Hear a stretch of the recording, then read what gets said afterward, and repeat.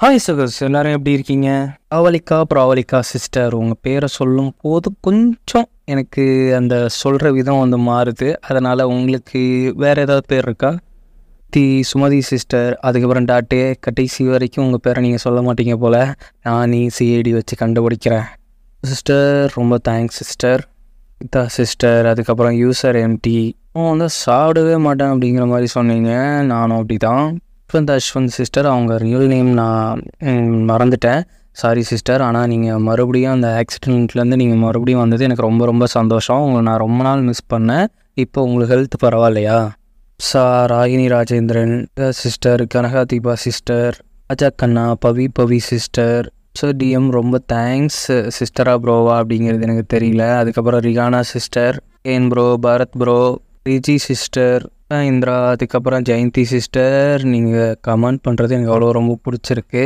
நீங்கள் ஒவ்வொரு எபிசோடையும் ரசித்து பார்க்குறீங்க, அது எனக்கு ரொம்ப சந்தோஷமாக இருக்குது. அதுக்கப்புறம் அபிநயா ஹினாட்டா சிஸ்டர், உங்களுக்கு ஹினாட்டா ரொம்ப பிடிக்கும் அப்படின்னு சொல்லியிருந்தீங்க. எனக்கும் நருட்டோ சீரீஸ் ரொம்ப பிடிக்கும். அதில் மோஸ்ட் ஃபேவரட்னு பார்த்தீங்கன்னா ஹினாட்டா தான். பலராமன்ங்கிறது எங்கள் அப்பா பேர், என் பேர் அனு, அதை மட்டும் சொல்லுங்கள் அப்படின்னு சொல்லி கோப்பட்டத்துக்கு ரொம்ப தேங்க்ஸு. அது கூட நல்லா தான் இருக்குது. அனு சிஸ்டர், ரொம்ப ரொம்ப தேங்க்ஸ் சிஸ்டர். ஒரு எபிசோட் அண்ணா அப்படின்ட்டு சத்ரோ கோஜோ, எனக்கு கோஜோவும் ரொம்ப ரொம்ப ஃபேவரெட்டு. இப்போவும் சொல்கிறேன், நருட்டோவில் இருக்கிற கக்காஷியை விட எனக்கு கோஜோ ஒரு படி மேலே தான். அப்புறம் துகிதா முரளிதரன் சிஸ்டர் சொல்லியிருந்தீங்க மைண்ட் வாய்ஸ் ஒரே மாதிரி தான் அப்படின்ட்டு. எனக்கும் அப்படி தான் தோணுச்சு. அதுக்கப்புறம் ஃபைகாட் சிஸ்டர், ஸ்னேகா சிஸ்டர், ரொம்ப தேங்க்ஸ் சிஸ்டர். உங்கள் ஃபைகாட்டை நான் மிஸ் பண்ணுறேன். லாஸ்ட் எபிசோட என்ன ஆச்சுன்னா, நம்ம ஹீரோவுக்கும் வந்துட்டு இந்த இளவரசி கல்யாணம் பண்ணிக்க ஆசை, அதனால பேரரசத்தை போயிட்டு சொல்லிட்டு இருந்தாங்க. அதுக்கப்புறம் பார்த்தா நம்ம பேரரசனையும் ஹீரோயின் தான் காட்டுறாங்க. இந்த விஷயம் ஹீரோக்கு எப்படியே தெரிஞ்சு போச்சு. அவன் வந்துட்டு இதை நான் ஒத்துக்கவே முடியாது, நீங்க பாட்டுக்கு எதுவும் பண்ணிட்டு இருக்காதீங்க அப்படிங்கிற மாதிரி நம்ம பேரரசத்தை சொல்லிட்டு இருக்கான். ஆனா பேரரசர் என்ன சொல்றாருன்னா, ஹீரோயினையும் எப்படியாவது இந்த டைம்ல நம்ம பிரிச்சாதான் நம்ம கூட இருக்க முடியும் அப்படிங்கிற மாதிரி கொஞ்சம் கிரிமினல் தமா யோசிச்சு, நான் வந்துட்டு உங்கள் கல்யாணத்துக்கு நான் ஓகே சொல்லிட்டேன் அப்படின்னு சொல்லும்போது, என்ன சொல்கிறீங்க பேரரசு, ஏன் இப்படி பண்ணீங்க, என்ன கேட்காம இதை முடிவெடுத்தீங்க? இதில் 2 நாட்டோட நன்மையும் இருக்குது. அது இல்லாமல் அவங்க அந்த விஷயத்தில் சம்மந்தப்பட்டிருக்காங்களா இல்லையா அப்படிங்கிறது நீங்கள் 2 பேரும் ஒன்றா தான் நல்லா தெரிஞ்சிக்க முடியும். அதனால நம்ம நாட்டு மக்களை பாதுகாக்க முடியும் அப்படிங்கிறப்ப புரியுது பேரரசு. இருந்தாலும் கல்யாண முடிவை என்ன கேட்டாலும் நீங்கள் முடிவு பண்ணியிருக்கணும். அப்போ சுயநலமாக யோசிக்க ஆரம்பிக்கிறீங்களா அப்படிங்கிறப்ப ஹீரோவுக்கும் சரி, இதை தவிர வேற வழி தெரியல. இதுதான் கரெக்டான வழியாக தான் எனக்கு தோணுது. பேரரசரும் சொல்கிறது கரெக்டு தானே. அப்போ அவங்க கூட இருந்தால் தான் அந்த பிரச்சனையை பற்றி நம்ம கண்டுபிடிக்க முடியும். அந்த விஷயத்துக்கும் நம்ம அப்பாவுக்கும் எந்த ஒரு சம்மந்தமும் இல்லை அப்படிங்கிறத நம்ம கண்டுபிடிக்க முடியும் அப்படின்னு. ஆனால் அவளுக்கு நான் என்ன பதில் சொல்லுவேன் அப்படிங்கிற மாதிரி ஹீரோ கொஞ்சம் யோசிச்சுக்கிட்டே டபுள் மைண்டடாக தான் போயிட்டுருக்கான். ஆனால் இவனும் கல்யாணத்துக்கு ஒத்துக்கிட்ட மாதிரி தான் தெரியுது. அப்போ நம்ம ஹீரோனோட வாழ்க்கை போயிட்டு அந்த கடுப்பில் வாழ்பயிற்சி செஞ்சிட்டு இருக்கான். அந்த இளவரசி இதெல்லாம் பார்த்துட்டு வந்துட்டு, நீங்கள் அப்போது என் கூட கல்யாணம் பண்ணிக்கிறதுக்கு நீங்கள் ஒத்துக்கிட்டீங்களா, இல்லை ஏதோ ஒரு பிரச்சனையில நீங்கள் தயங்குற மாதிரி இருக்கு, எது வந்தாலும் வெளிப்படையாக நீங்கள் என்கிட்ட சொல்லலாம் அப்படின்ட்டு அந்த இளவரசி வந்து நிற்கிறாங்க. ஆனால் ஹீரோ வந்துட்டு முழு மாதம் ஒத்துக்கல. இருந்தாலும் வேற வழி இல்லையே, அவங்க சொல்றபடிலாம் கேட்டு தானே ஆகணும் அப்படின்ட்டு அவன் கொஞ்சம் அமைதியா தயக்கத்தோட நின்றுட்டு இருக்கா. இதை ஹீரோயின் ஒளிஞ்சு பார்த்துட்டு இருக்கா. இவங்க 2 பேர் என்ன பேசிட்டு இருக்காங்க, இவன் நம்மளால கொத்திட்டு போயிடுவாளோ அப்படிங்கிற மாதிரி. கொத்திட்டு போய் ரொம்ப நேரம் ஆச்சுமா, நீ ரொம்ப லேட்டு அப்படிங்கிற மாதிரி நம்ம யோசிச்சுட்டு இருக்க. அதே நேரத்துல அங்க பேரரசர் வந்தானே, என்ன ஒளிஞ்சிருந்து பாக்குற, ஐயோ ஒண்ணும் இல்ல, 2 பேரும் வாழ்ப்பிச்சிட்டு இருந்தாங்க, அது செம்ம ஃபன்னா இருந்துச்சு, அதனால நான் ஒளிஞ்சிட்டு பார்த்துட்டு இருந்தேன். இதெல்லாம் ஒன்னும் வரதை பார்த்து ஹீரோ கொஞ்சம் சாகாவறான். ஹீரோயின்ட்டு இருந்து கொஞ்சம் திருத்தரன்னு முடிச்சுட்டு இருக்கனே, அவளுக்கு ஒரு டவுட்டா இருக்குது. அதுக்கப்புறம் 2 பேரும் வெளியில போறப்ப பேரரசர் வந்துட்டு, இனிமேல் தளபதியான கையில பிடிக்க முடியாத ஒரு ஜாலியா இருப்பாரு. ஒரு ரகசியம் ஒன்று இருக்கு. என்ன ரகசியம்? இல்லை அதெல்லாம் உங்ககிட்ட சொல்ல முடியாது. சொல்லுங்க, என்ன ரகசியம்? இல்லை, தளபதியான்னு வந்துட்டு இளவரசி கல்யாணம் பண்றதா ஒத்துக்கிட்டாங்க, அதனாலதான் 2 பேரும் அவ்வளோ ஜாலியா இருக்காங்க. இனிமேல் அவர் இங்க இருக்க மாட்டாரு, கல்யாணம் பண்ணிட்டு அவர் போயிடுவார் அப்படின்னு சொன்னானே, ஹீரோனுக்கு அப்படியே மனசு உடைஞ்சு போகுது. என்னதான் நடக்குது இங்க, நேற்று தான் நம்மளை பண்ணி நம்ம கூடியே இருப்பா அப்படிங்கிற மாதிரி சொன்னா, இன்னைக்கு என்னன்னா இப்படி சொல்றாங்க அப்படின்ட்டு அவ அப்படியே எதுவுமே பேசாம அவ அங்கிருந்து நேரா ஹீரோ தான் பார்க்க போறா. நேரா ஹீரோயின் போயிட்டு ஹீரோட்ட அதை கேட்கிறா, இது உண்மையா ஏதோ கேட்கிற? இல்ல உனக்கும் இளவரசிக்கும் கல்யாணங்கிறது ஆமா உண்மைதான், அதனால என்ன? அப்போ நேத்து நைட்டு என்னை கட்டி பிடிச்சி என் கூட இருப்பேன்னு சொன்னீங்க, அது வந்துட்டு எனக்கு என்ன சொல்றதுன்னு தெரியல. அந்த நேரத்துக்கு உங்களை சமாதானப்படுத்த என்ன பண்றதுன்னு தெரியல. இல்ல என்கிட்ட நீ எதையும் மறைக்கிற அப்படிங்கிறது மட்டும் நல்லா புரியுது. அதுக்கான தெளிவான விளக்கத்தையும் நான் கேட்க வரல. நீ என்கிட்ட சொல்ற விஷயமா தான் சொல்லியிருப்ப. ஆனா நீ என்னை விட்டு பெரிய முடிவு பண்ணிட்ட. இதுக்கப்புறம் உன்கிட்ட பேச எதுவுமே இல்லை அப்படின்ட்டு அவ அங்கிருந்து மனசு உடைஞ்சி போறா. எங்க ஹீரோ என்ன யோசிக்கிறான்னா, என்னோட சுச்சுவேஷன் இப்படி இருக்குது, என்னோட பொறுப்புகளா நீயா அப்படின்னு யோசிக்கும் போது உனக்கு எந்த ஒரு பிரச்சனையும் வராத அளவுக்கு நான் என்னோட பிளானை இங்கே மூவ் பண்ணி தான் ஆகணும், எனக்கு வேற வழியே இல்லை அப்படிங்கிற மாதிரி தான் ஹீரோ யோசிச்சுட்டு இருக்கான். அடுத்த நாள் காலையில் ஹீரோயின் என்ன பண்றானா, மொத்தமாக எழுதி வச்சுட்டு நான் இங்கேருந்து கிளம்புறேன் அப்படிங்கிற மாதிரி சொல்லிட்டு அவன் அங்கேருந்து கிளம்புறா. இதை வந்துட்டு நம்ம ஹீரோட இருப்பார்ல அவரோட ஜென்ரல், அதை நோட்பட்டு இந்த பொண்ணு வெளியில போறா, இவனை கொன்னாதான் நம்ம ஹீரோ யாரு அப்படிங்கிறது வெளியில தெரியாம இருக்கும், இல்லைன்னா பேரரசருக்கு ஒரு நாள் தெரிஞ்சது பெரிய பிரச்சனை ஆயிடும் அப்படின்னு ஹீரோயினை கொள்றதுக்காக அவரு அங்க போறாரு. வந்துட்டு ஹீரோனை தேடி தேடி பாக்குறான் எங்க இருக்கா அப்படின்ட்டு. ஆனா எங்கேயுமே இல்ல.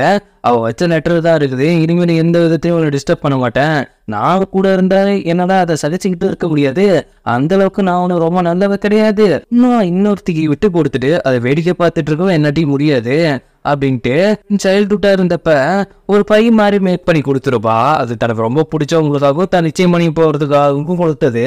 அதே மாதிரியே அதை பார்த்துட்டு மறுபடியும் உட்காந்து ரெடி பண்ண போவால, ட்ரெஸ் எல்லாம் கட் பண்ணி அது வந்துட்டு சின்ன ஜட்டி மாதிரி ஆயிட்ட மாதிரில, அதுல இருந்து கரெக்டா பக்காவா ஒரே மாதிரி செஞ்சோன்னே ஹீரோக்கு நல்லா புரிஞ்சு போச்சு இவ அவளே தான் அப்படின்னு. உடனே அவளை கண்டிப்பா கூப்பிட்டு வருங்கன்ட்டு அவன் அங்க இருந்து போறான். அதே நேரம் அங்க ஹீரோயின் போயிட்டு இருக்க இடத்துல போயிட்டு ஜென்ரல் போயிட்டு அட்டாக் பண்றாரு. அவ இப்ப ஃபுல்லா ஃபைட் பண்ணல, தப்பிக்கதான் பாக்குறா. என்ன எதுக்கு கொல்ல வரீங்கிறப்ப நீ இருந்தா எங்களுக்கு பிரச்சனை தான் அப்படின்ட்டு அவரு போட்டதுலதான் பாக்குறாரு. அவ எப்படியோ தப்பிக்க பார்த்துட்டு இருக்கா. உடனே அந்த விசில் எடுத்து ஊதுறா. கரெக்டா நம்ம ஹீரோ வந்து தடுக்கிறான். தடுத்தோடனே அவன் வந்து அதை இவர் பார்த்தோன்னே இவரு இங்க இருந்து எஸ்கேப் ஆயிடுறாரு. அதுக்கப்புறம் பார்த்தா குதிரை தனியா பிரிஞ்சு ஓடுது. இவளை எப்படியாவது காப்பாத்தியே ஆகணும்ட்டு அப்படியே அந்த வண்டியில இருந்து அலைக்கா கயிறை போட்டு தூக்கி கட்டி பிடிச்சானே, எதுக்காக என்னை காப்பாத்தா வந்து அப்படிங்கிறப்ப பிடிச்சி பச்சைக்கெல்லாம் கிஸ் பண்ணிடுறான்.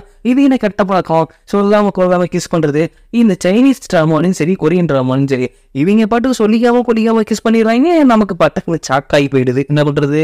ரெண்டு பேரும் சமாதானமாயிட்டு கொள்ளிச்சுக்கிட்டு அதை மணிக்குள்ள வராங்க. என்ன விஷயம்னா, எதுக்காக இப்படி பண்ணிட்டு இருந்தா அப்படிங்கிறத முழுசா சொல்லாம ஒரு ஒன்ல ஏதாவது சொல்லி இருக்கிறான்.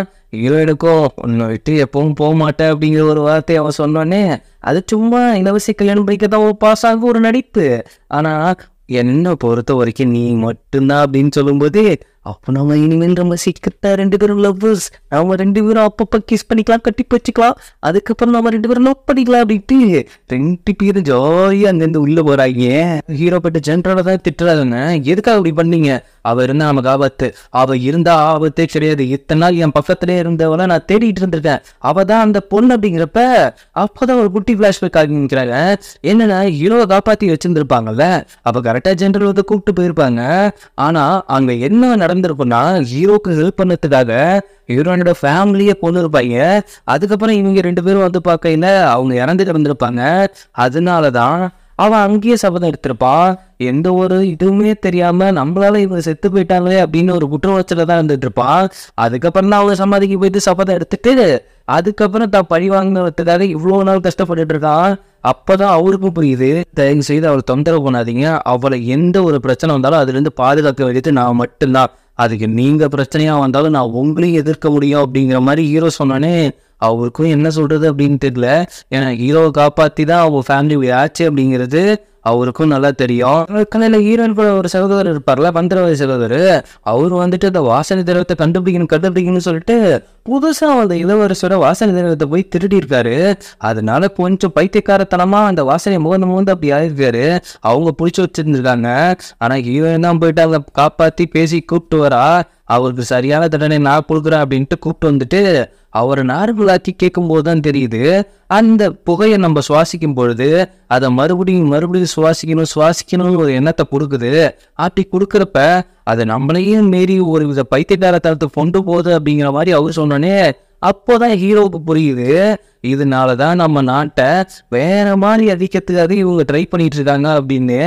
இந்த ஒரு விஷயத்த கண்டுபிடிக்கணும்னா அன்னைக்கு ஒரு குரூப்ல இருந்துட்டு போகும்பொழுது நம்ம வில்லனோட ஒரு ஆள் வந்துட்டு இதுக்கும் எனக்கு சம்பந்தம் கிடையாது, நான் அவங்கள பார்த்ததே கிடையாது அப்படின்ட்டு இளவரசியோட ஆட்களை அவாய்ட் பண்ணியிருப்பாங்கல்ல, அந்த மாதிரி வேஷம் போட்டு போனா கண்டிப்பா பிடிக்க முடியும் அப்படின்ட்டு ஹீரோ குரூப்ல இருக்கிற ஒரு ஆளுக்கு வேஷத்தை போட்டுவிட்டு அது யாருமே கிடையாது, இளவரசியை ஒரு பிளான் பண்ணி காப்பாத்தலாங்கல்ல, அதுல வந்து வாண்டடா அடி வாங்கினதும் ஒருத்தர் அவனை தான் அனுப்பி வைக்கிறாங்க. அந்த ஆளு போன உடனே இதெல்லாம் நீங்க வரவே கூடாது, உங்க மாஸ்டர் உங்களுக்கு சொல்லியிருக்காருல அப்படின்ட்டு வகையா மாட்டிக்கிறான். ஹீரோ தொக்கா தூக்கிட்டு போயிட்டு ஜெயிலில் வச்சிடறான். இவனை குடும்பப்படுத்தியாவது ஏதாவது உண்மையாக வச்சுக்கலாமா? கண்டிப்பாக அவனை குடும்பப்படுத்தினா இதில் எந்த ஒரு விஷயமே கிடையாது. ஏன்னா இவன் நல்ல ட்ரைனிங் எடுத்துருப்பாங்க, இவங்களை வச்சு வேற ஒரு மைண்ட் கேம் தான் ஆடணும் அப்படிங்கிற மாதிரி ஹீரோ பிளான் பண்ணிட்டு இருக்கான். இந்த விஷயம் வந்துட்டு வில்லனுக்கு தெரிஞ்சு போயிடுது. அவன் கூட இருக்கும்போது ஒரு அஸ்டட் போடு அவனை கொண்டுடுவாங்கிறப்ப நீ அங்கே போனினாலே உன்னை தொக்கா தூக்கிடுவாங்கம்மா.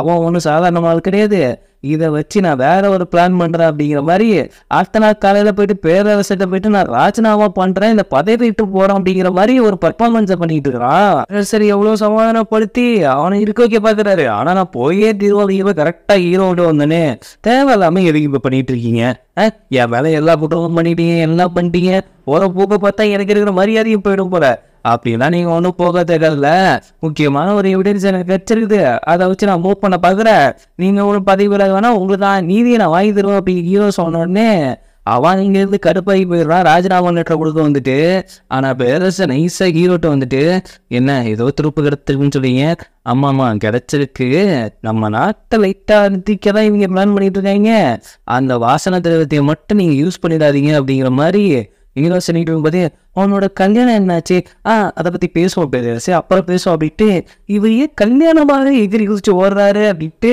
பேரரசு யோசிச்சுட்டு இருக்காரு. அங்க பார்த்தா ஹீரோயினும் அப்படின்னு நடுவில் ஒரு சிகவரும் அதுக்கு பக்கத்துல ரூம்ல தான் 2 பேரும் படுத்திருக்காங்க.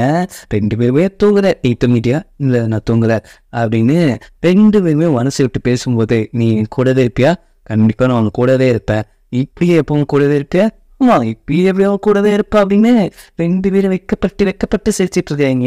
இவங்க லவ் பண்ணாதான் இருக்குது, காமெடி பண்ணாதான் ஃபன்னாதான் இருக்குது. காலையில 2 பேருமே ட்ரெஸ் எல்லாம் ரெடி பண்ணிட்டு வந்துட்டு அப்பப்போ கொஞ்சிக்கிறாங்க, அப்பப்போ கட்டி பிடிச்சிக்கிறாங்க, அப்பப்போ கையெல்லாம் கோத்த பிடிச்சிட்டு நடத்த போறாங்க. நமக்கு இன்னைக்கு 1 மணி நேரம் டைம் இருக்குது, நியூ இயருக்காக செலிப்ரேஷனுக்கு நம்ம 2 பேரும் சேர்ந்து பொருட்கள் வாங்க போறோம், அங்க போயிட்டு நம்ம 2 பேரும் ஜாலியா இருப்போம் அப்படின்ட்டு கண்ணாடியே 2 பேரும் சைகை கட்டிக்கிட்டு ஒன்னா கையை கொடுத்துட்டு போகும்போது எவனாவது ஒருத்தன் கூட வந்துடுறான். ஆமாண்டா எவ்வளவு வராதிங்க மற்ற நேரத்துலலாம், இந்த மாதிரி நாங்கள் 2 பேரும் கை கொத்துட்டு மட்டும் வந்துருங்கடா அப்படிங்கிற மாதிரி முளைச்சிக்கிட்டு இருக்காங்க 2 பேரும். அப்படி நீங்க 2 பேரும் போகலான்னு பிளான் போட்டுட்டு இருந்த நேரத்துல கரெக்டா இளவரசியும் வந்துட்டு நீங்க எங்க போறீங்க, இல்லை நாங்கள் வந்துட்டு நியூ இயர் ஃபங்க்ஷனுக்காக திங்ஸ் வாங்க போகிறோம், அப்படியா நான் வரேன், நான் நல்லா திங்ஸ் வாங்குவேன், ஆகா இவன் நல்லா திங்ஸ் வாங்குவாள்ல, இல்லை நல்லா தூக்க விட்டுருவாரே அப்படின்ட்டு, இல்லைங்க நாங்கள் 2 பேரும் போகிறோம் நீங்கள் வர தேவையில்ல அப்படிங்கும் போது தனியாக விட்ட யாவை நீ கொத்திட்டு போயிடுவேன், நான் வருவேன் கட்டாயம் வருவேன் அப்படின்ட்டு ஹீரோயின் பின்னாடியே போறா. போது எல்லாத்தையும் தூக்க வச்சிடுறாங்க நம்ம ஹீரோயினை. அங்கேருந்து வரப்ப இதெல்லாம் பேரரசர் பார்த்துட்டு உன்னை யார் இதெல்லாம் தூக்க வச்சது அப்படின்ட்டு ஹீரோயின் மேலே அக்கறைப்பட்டோன்னே அந்த இளவரசி கொஞ்சம் பதறிடுறாங்க. அப்போ அவங்க மேலே நீங்கள் அவ்வளோ அக்கறை இருக்கீங்க, நம்ம வச்சிருங்க மன்னிச்சிருங்க அப்படின்ட்டு கேட்கும்போது, ஏமா நீ வேணும் தான் பண்ண அப்படிங்கிறது எனக்கு நல்லாவே தெரியும், ஆனா இப்படி பாடோடு எனக்கு தெரியாது அப்படின்ட்டு கம்ம கடுப்புல இருக்கிறா. நான் உங்களுக்காக ஒரு பரிசு எடுத்துட்டு வந்தேன் அப்படின்ட்டு பேரரசர் வந்துட்டு அந்த இளவரசிக்கு ஒரு பரிசு எடுத்துட்டு வராங்க. அதுவும் கையில போட்டுருக்க பேக்லஸ், காதில் போட்டுருக்க அது ஜிமிக்கி, அந்த மாதிரி விஷயங்கள் கொண்டு வந்து அவங்களுக்கு அது ரொம்ப பிடிச்சிருக்குது. அங்க ஒவ்வொருத்தரும் தனக்கு கொடுத்த கிஃப்ட்டுகளை வந்துட்டு ஹீரோக்கு ஒரு கிஃப்ட் கொடுக்குறாங்க, அதுவும் நியூ இயர் பரிசா. அதே மாதிரி பேரரசர் வந்துட்டு நம்ம ஹீரோயினுக்கு ஒரு கிஃப்ட் கொடுக்குறாங்க. ஆனா இதை பார்த்து ஹீரோக்கு ஒரு சைடு கடுப்பாகிறான், அதை பார்த்து ஹீரோயின் ஒரு சைடு கடுப்பாகிறா. ஆனா 2 பேருமே கடுப்பாகிட்டு இருக்கிறத பார்த்து சார் கொஞ்சம் ஜெர்க் ஆயிட்டு, ஆமா எனக்காக நீ என்ன வச்சிருக்க அப்படின்ட்டு ஆசையா ஹீரோயின்ட்டு கேட்கும்போது, உங்களுக்காக தானே, நான் இருக்கிற நிலைமை தெரியாம உங்களுக்கு கிஃப்ட் வேற, நீ என்ன ஆளை இவ கொத்திட்டு போயிடுவாளுன்ட்டு நான் பயத்துல உட்காந்துருக்கிறேன், இந்த ஆளுக்கு வேற கிஃப்ட் கேட்குறாங்க. பாத்தீங்களா நண்பர்களோட நிலைமை தான், காதல்னு வந்துட்டா நம்ம எல்லாம் 10 அடி தூரத்துல அவுட் ஆஃப் ஃபோக்கஸ்ல தெருவோம், ஆனால் ஏதாவது பிரச்சனைன்னு வந்து கண் கலங்கிட்டா மட்டும் பக்கத்தில் கூட்டு வச்சு மூக்கை சிந்தி சிந்தி தொடச்சி நம்மக்கிட்டேயே அழுவாங்க. ஆனால் மறுபடியும் ஒன்றா சேர்ந்துட்டாங்கன்னு வச்சிங்களேன், நம்ம மறுபடியும் 20 அடி தூரத்தில் தெரியும். எப்படி தெரியும்? அதில் எவனோ ஒருத்தன் போயிட்டு இருக்காடா, எவன் தான் தெரியல அப்படிங்கிற மாதிரி. பர்சனல் ஒப்பீனியனை கேட்டு கமெண்ட்ல வந்துட்டு நீ தான் எங்கேயோ அடி வாங்கியிருக்க அப்படின்ட்டுலாம் கேட்கக்கூடாது. நம்மலாம் ஒன்றுக்குள்ள ஒன்று ஒரே ஃபேமிலி. இன்னொரு கிஃப்ட் எடுத்துட்டு வரா அப்படின்னு நம்ம பேரரசன் என்ன கிஃப்ட் கொடுக்க போறாலோ தெரியல என் டோலி அப்படின்ட்டு பாக்ஸை திறந்து பார்த்தா இஞ்சி. என்னம்மா இது, என்ன இது? அதுவா உங்களுக்குன்னு ஸ்பெஷல் கிஃப்ட், அதான் நானே ரெடி பண்ணேன். என்னது? ஆமாம்மா, சமையல் கட்டிலேருந்து இப்போதான் தூக்கிட்டு வந்தேன். ஏம்மா இதெல்லாம் ஒரு கிஃப்டாம்மா? அப்போ நான் கொடுத்தா நீங்கள் அதை அக்செப்ட் பண்ணிக்க மாட்டீங்களா? நல்ல கிஃப்டா? அப்படிலாம் இல்லை அப்படின்ட்டு அந்த இஞ்சியெல்லாம் குறுன்னு பார்த்துட்டு இருக்காங்க. இதை பார்த்தோன்னே இளவரசிக்கே சிரிப்பு வந்துடுது. ஏக்கடுப்புல ஒரு ரூமுக்கு போனால் அங்கே ஒரு ட்ரெஸ் இருக்குது. இப்போ 2 பேரும் ஷாப்பிங் போனாங்கல்ல, அப்போ ஹீரோன்னு ஒரு ட்ரெஸ்ஸை பார்த்து ஆசைப்பட்டிருப்பா. அதை ஹீரோ வாங்கி வச்சோன்னே அவளுக்கு ரொம்ப சந்தோஷமா இருக்குது. ஆனால் ஒரு வருத்தம் அப்படிங்கிறப்ப, என்ன வருத்தம்? இல்லை, நானும் நீயும் சேர்ந்து இந்த நியூ இயர் பார்ட்டிக்கு போக முடியாது, நீ இளவரசி கூட போயிடுவேன். அதை பற்றிலாம் நீ ஒன்றும் கவலைப்படாத, இது இந்த வருஷம் மட்டும்தானே, அதுக்கப்புறம் என் வாழ்நாள் முழுக்க இந்த தொல்லையோட தான் நான் போகணும்னு இருக்கும்போது என்ன தொல்லைன்னு சொல்றியாடி? சேச்சா நீ அழகின்னு சொல்ற அப்படின்ட்டு வழக்கமாக பிட்டுகளை அடுக்கிட்டு இருக்காரு நம்ம ஹீரோ. நமக்கு தான் இந்த மாதிரி பிட்டு போட தெரில, என்ன பண்ணுறது? 90s கிட்ஸில் ஒரு ஹீரோயினை ராணி தான் கூப்பிட்டு அமைச்சிருக்காங்க போல. நேராக அவங்க தான் பார்க்க போகிறாங்க. என்ன திடீர்னு என்ன பார்க்கணும்னு கூப்பிட்ருக்கீங்க, அது ரொம்ப நாளுக்கு அப்புறம். இல்லை, இந்த நியூ இயருக்கு உனக்கு எதுவும் நான் வாங்கி தரல, என்ன இருந்தாலும் இப்போ நீதிமன்றத்தில் ஒரு ஆளாக நீ ஆகி போயிட்ட. இந்த மாதிரி ட்ரெஸ்லாம் போட்டு காவலாளி ட்ரெஸ்ஸு, அது இல்லாமல் நீ கொஞ்சம் கெத்தாக போகணும்ல, என்ன இருந்தாலும் என்னோட நீ தோழி தானே அப்படின்ட்டு அவ்வளோ நல்லா அவங்கள நம்ம ராணி அவங்க நிறைய கிஃப்ட்லாம் வச்சிருக்கோன்னு அவள் ரொம்ப சந்தோஷப்படுறா. யாருமே இல்லை அப்படின்னு நினச்சி ஃபீல் பண்ணிட்டு இருந்த நேரத்தில் ராணி வந்துட்டு இப்படி ஒரு ஃப்ரெண்டாக கிடைச்சதுக்காக அவள் ரொம்ப சந்தோஷப்பட்டுட்டு நான் இதெல்லாம் கண்டிப்பாக எடுத்துக்கிறேன். ஆமாம், நீங்கள் அந்த வாசகத்தை இதை யூஸ் பண்ணுறீங்களே, அது இப்படி இருக்கு? இல்லை, நான் யூஸ் பண்ணிட்டு தான் இருந்தேன், அதுக்கப்புறம் போயிட்டு எனக்கு மறுபடியும் அதை யூஸ் பண்ண தோணுச்சு, நான் பேரரசிட்ட போய் கேட்டேன். ஆனால் அந்த ஒரு வச்சிருந்ததை வந்துட்டு என்னோட சகோதரன் வந்துட்டு நீ யூஸ் பண்ணக்கூடாது அப்படின்ட்டு அதை பேரரசோட பாட்டிக்கு எடுத்துகிட்டு போய் கொடுத்துட்டாங்க. அப்படிங்கிறப்ப கரெக்டாக ஹீரோனுக்கு ஒரு டவுட் வருது. நான் அப்புறம் பார்க்குறேன் அப்படின்னு சொல்லிட்டு நேராக ஹீரோ தான் வெயிட் பண்ண போகிறா. அங்கே போயிட்டு அதை யூஸ் பண்ணதான் அது இன்னும் அதிகமாக யூஸ் பண்ண தோணுது. அதனால தான் அவங்க மனநலம் மாறுது, அவங்க உடல்நலம் சேஞ்ச் ஆகுது. இதை வந்துட்டு நம்ம வில்லன் தான் அந்த ராணிக்கு கொடுக்கக்கூடாது அப்படின்னு முடிவு பண்ணிட்டாங்க போது, அந்த இதுக்கு தன்னோட சகோதரி நல்லதுக்காக சொல்லியிருப்பாங்க அப்படின்னு சொல்லும்போது, சகோதரன் நல்லதுக்கு இல்லை, அது ராணியை லவ் பண்ணுறாரு அப்படின்னு சொன்னேன். ஹீரோவுக்கு கேட்டோன்னு ஷாக்காது. ஏதோ சொல்ல வந்த, ஏதோ சொன்னீங்க, அதெல்லாம் ஒன்றுலே அப்படி இல்லை சொல்லு. ஆமாம், அந்த அது பார்க்குற பார்வை வித்தியாசமானது, இது வந்துட்டு பேரரசுக்கு தெரிஞ்சால் பிரச்சனையாகும், அது இல்லாமல் ராணி ரொம்ப ரொம்ப நல்லவங்க அப்படின்னு அவங்க சொல்லிட்டு இருக்காங்க. கேட்டோன்னே ஹீரோ சரி இதுதான் நல்ல வழி, இதன் மூலமா தான் நம்ம போயே ஆகணும் அப்படிங்கிற மாதிரி அவன் வேற ஒரு பிளானை போட்டுக்கிட்டு இருக்கான். 2 பேரும் தனியாக பேசிட்டு இருக்கிறப்ப, அதெல்லாம் சரி நீ அந்த இளவரசி கூட அந்த ஃபங்க்ஷனுக்கு போறியா? ஆமாம் போய் தான் ஆகணும், என்னை கேட்டால் நீ போவாதுன்னு சொல்லு அப்படின்னு கிட்ட நெருங்கி வர்றப்ப கரெக்டாக இளவரசியோட ஆள் வந்துட்டு உங்களை இளவரசி கூப்பிடுறாங்க அப்படின்னு சொன்னேன்னு, இவர் வேற நேரம் விட்ட நேரத்துல எங்கேயாவது கேமரா வச்சு போலாம் அப்படின்னு செம்ம கடுப்பாயிட்டு ஹீரோவை கூட்டு போனதுக்கு அப்புறம் அவன் மட்டும் என் கையில கடிச்சா சிக்கனாக்கிடுவோம், மட்டவாக்கிறேன், என்ன பண்றா? இப்பதான் லவ் கூடி வரும்போது, ஆனா இப்படி ஒரு 7 வரும்னு நினைக்கவே இல்லை அப்படின்ட்டு செம்ம காண்டா இருக்கிறா. 2 பேத்தையும் எப்படியாவது பிரிக்கணும் அப்படின்ட்டு அவ யோசிச்சுட்டு இருக்கா. அங்க ஹீரோட குரூப்ல இருப்பாங்களா அவங்களோட ஃப்ரெண்ட்ஸு, அவங்களெல்லாம் கூப்பிட்டு நம்ம ஹீரோவையும் அந்த இளவரசியும் பிரிக்கணும், அதுக்கு என்கிட்ட ஒரு பிளான் இருக்குது அப்படின்ட்டு பிளான் எல்லாம் எக்ஸ்பிளைன் பண்ணிட்டு, இதுக்கெல்லாம் யாரெல்லாம் என் கூட ஒத்து வரீங்க அப்படின்ட்டு எல்லாம் ஹேண்ட் செக் பண்ணிட்டு இருக்கும்போது நான் வரேன்ட்டு எல்லாம் கை வைக்கிறாங்க. இதில் எக்ஸ்ட்ரா ஒரு கை வந்து ஆட் ஆகுது. ஒவ்வொருத்தரும் மூஞ்சி திரும்பி பார்த்து அந்த லாஸ்ட்டுக்கு யாருன்னு பார்த்தா நம்ம ஹீரோ. ஐயோ நீ எப்போ வந்த, என்ன பிளான் பண்ணிட்டு இருக்க? பிளான் எல்லாம் நான் ஒன்றும் பண்ணலையே, இங்கே பாரு ஏடா உடம்பா எதுவும் பண்ணி வைக்காத, நம்ம போட்ட பிளான் சொதைப்பிடும். வேணும்னு சொல்லி என்னோட லௌகீக வாழ்க்கையை அவன் கெடுத்துருவான் போலையே அப்படின்னு அவ கடுப்பா எங்கேருந்து கிளம்பிட்டுக்கா. நாளைக்கு காலையில நானும் தான் வருவேன், ஒழுங்கா என்னையும் கூப்பிட்டு போறேன் அப்படின்னு சொன்னோன்னே கண்டிப்பா அவனை கூப்பிட்டு போறேன்னு சொல்லிட்டு அடுத்த நாள் காலையில இருந்து பார்த்தா ஹீரோ கிளம்பி போயிடுறான். அங்க பார்த்தோன்னே செம்ம கடுப்பாயிடுது அவருக்கு. டே எங்கடா அவருக்கு இலவச கொடுக்க ஆயிலே போயிட்டாரு, நீ ஏன் இவ்வளவு லேட்டா இருந்துக்கிற, என்னடா பண்றது, நான் இந்த மாதிரி இந்த ஆள் போவான்னு நினைக்கவே இல்லையே அப்படின்ட்டு மனசு வருத்தமா இருந்தாலும் என்னோட ஃப்ரெண்ட்ஸ் நீங்க இருக்கீங்க, அதனால உங்க கூடயே இந்த நியூ இயர் கொண்டாடலான் இருக்கு அப்படிங்குது. எனக்கு வேலை இருக்குது, அப்ப நீங்க எனக்கு அதை விட முக்கியமான வேலை இருக்குது அப்படின்ட்டு அவையெல்லாம் கிளம்பிடுறாங்க. அங்க ஹீரோயின் தனியா போயிட்டு இருக்கிறா. அங்க போயிட்டு இருக்கும்போது இந்த மாதிரி நம்ம கஷ்டமா இருக்கும்போது தான் ஒரு சில விஷயங்கள் நடக்கும். என்னன்னா நம்மளே ஆல்ரெடி சிங்கிளா இருக்கிற ஃபீலிங்ல போயிட்டு இருப்போம், வண்டியிலையோ பஸ்லயோ ஏன் கழுத நடந்தே போயிட்டு இருப்போம். அப்ப நம்மளை வெறுப்பேற்றத்துக்கு நீ 2 ஜோடி இறுக்கமா கையை கோத்துக்கிட்டு நடந்து போவாங்க, ஜாலியா பேசிக்கிட்டு போவாங்க. அப்பெல்லாம் ஓப்பனா சொல்லணும், ஒரு சில டைம்லாம் கல்லேஜ் டச்சப்லாம் கூட ஒரு மைண்டு தோணி இருக்குது. அதே மாதிரிதான் ஹீரோயின் செம்ம கடந்து போயிட்டு இருக்கும்போது அங்க ஜோடி ஜோடியா போலனே இவருங்க என் நிம்மதியை கெட்டுக்கிறாங்க அப்படின்ட்டு செம்ம கடுப்புல நின்றுட்டு இருக்கிறா. அங்க பார்த்தா ஹீரோவும் இளவரசியும் அங்க மாஸ்க் வாங்கிட்டு 2 பேரும் ஜாலியா கை கொத்துட்டு வராங்க. அப்ப யாரோ ஹீரோட கையை பிடிச்சி இழுக்கிற மாதிரி இருக்கு, வேற யாருமே கிடையாது, நம்ம ஹீரோயினே ஒரு கொடைய மாட்டிக்கிட்டு திருட்டுத்தனமா கையை பிடிச்சி விட்டுட்டு இருக்கிறா. ஐயோ இவ வேற இந்த நேரத்துல எப்படியாவது என் கூட வந்துரு அப்படின்ட்டு விரட்டிட்டு இருக்கிறா. இருடி நான் முதல்ல இவளை சமாளிக்கிறோம் அப்படிங்கிற மாதிரி ஹீரோ முழிச்சிட்டு இருக்க நேரத்துல அப்பாடா எப்படியும் கையை டச் பண்ணியாச்சு அப்படின்னு சந்தோஷத்தை டபுக்கில் இருந்தா பின்னாடியே பேரரசர் வந்து நிக்கிறாரு.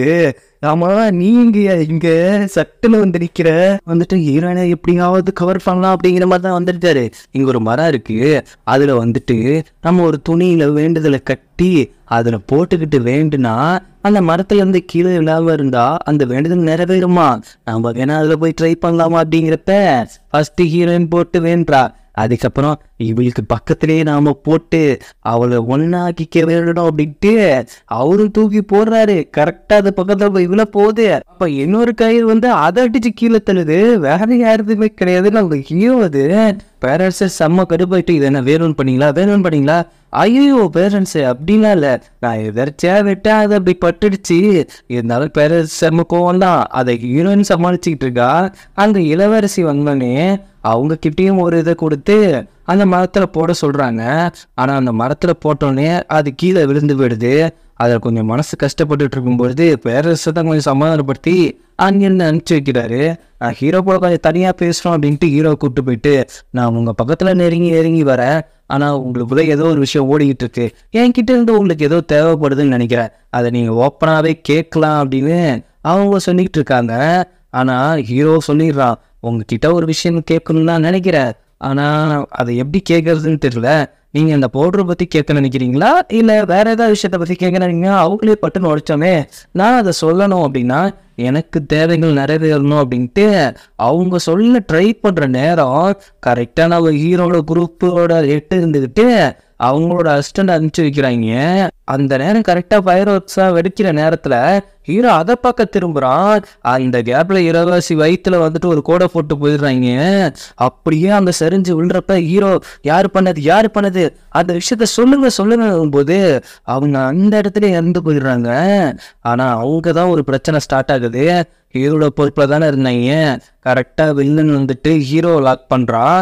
நீ இருக்கிற நேரத்துலேயே ஒருத்தன் கொலை பண்ணிட்டு போயிருக்கானா அந்த கொலையாளிக்கும் ஒரு சம்மந்தம் இருக்கும் அப்படிங்கிற மாதிரி ஹீரோவை லாக் பண்ணிட்டு அவனை கைது பண்ண பார்க்குறான்.